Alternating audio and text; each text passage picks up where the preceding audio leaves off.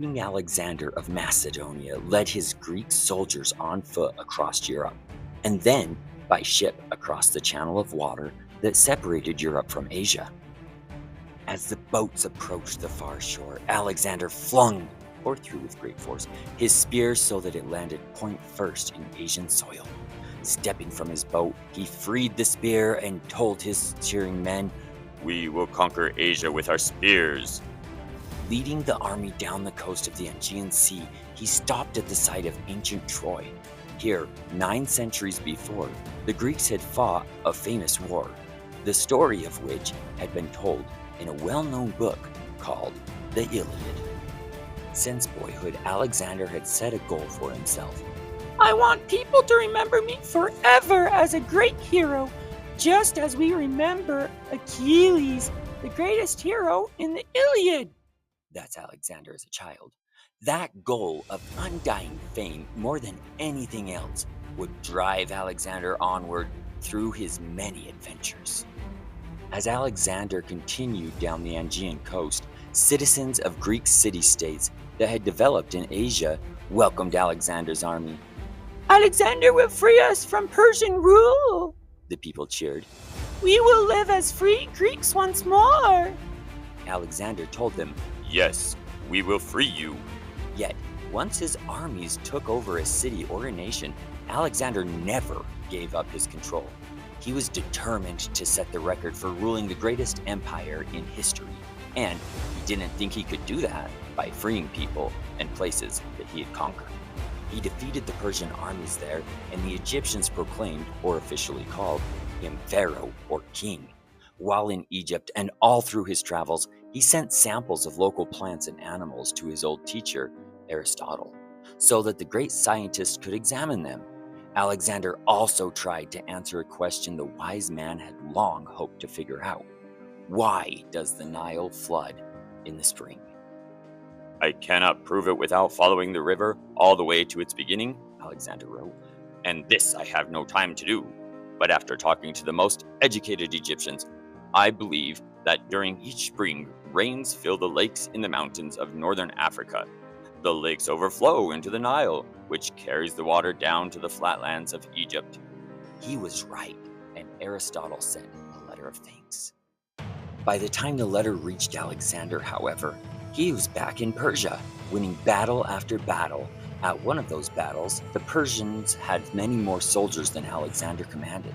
The Persian king felt so sure of his victory that he left his family and a good deal of his treasure in a nearby city. When Alexander won the fight, he marched into that city and took the king's treasure for himself and his men. After several more victories, Alexander at last defeated the Persians for good and crowned himself king of Asia. As he continually fought these wars, Alexander insisted that his goal was to win glory for himself and his troops, and to prove that no one else was stronger in force. After Alexander's success, thousands of his Greek soldiers married Persian women. He also took Persian soldiers into his army so they could learn Greek ideas from his soldiers. He and his lifelong best friend even married 2 of the king of Persia's daughters in a double wedding ceremony. "We will unite all of our empire into one great nation," Alexander proclaimed. Alexander was so busy trying to conquer more and more places that he was not able to give much attention to the places he had already taken over. Attention means close observation or thought. Instead, he left behind generals that he trusted to rule for him, or he let the kings that he had conquered continue to run their countries while reporting to him. Then Alexander would move on. Without more attention on his part, however, his grand plan never completely succeeded. At the same time, Alexander began to claim, "I am one of the gods, for who but a god could do all that I have done?" It was around this time that people began to refer to him as Alexander the Great.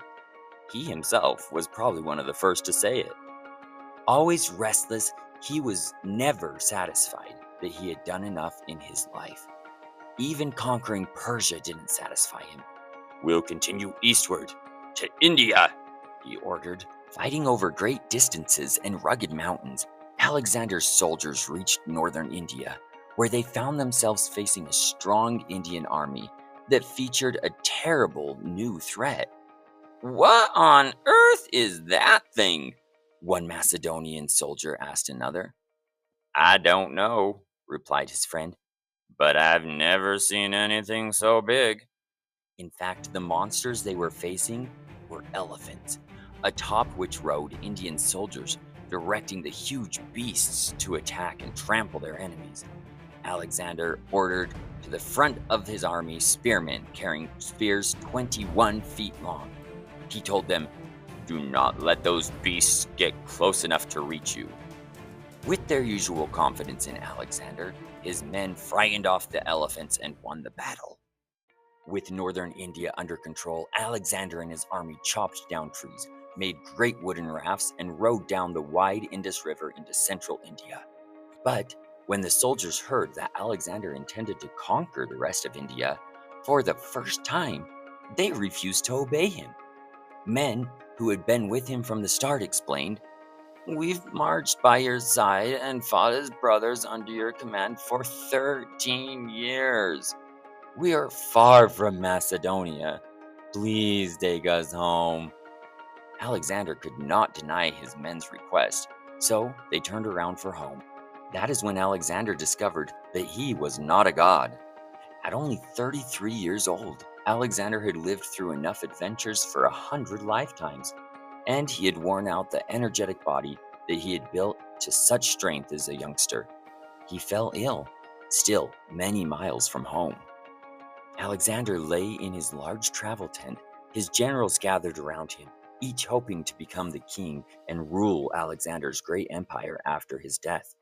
They asked, "To which of us do you leave your empire?" He laughed and answered, "To the strongest." Then he closed his eyes. Gone. He had laughed because he knew what would happen next, and he turned out to be right. Fighting for control of his empire, his men would break it into pieces. None of them would match his record as the mightiest conqueror of all. As a result, Alexander would never be forgotten.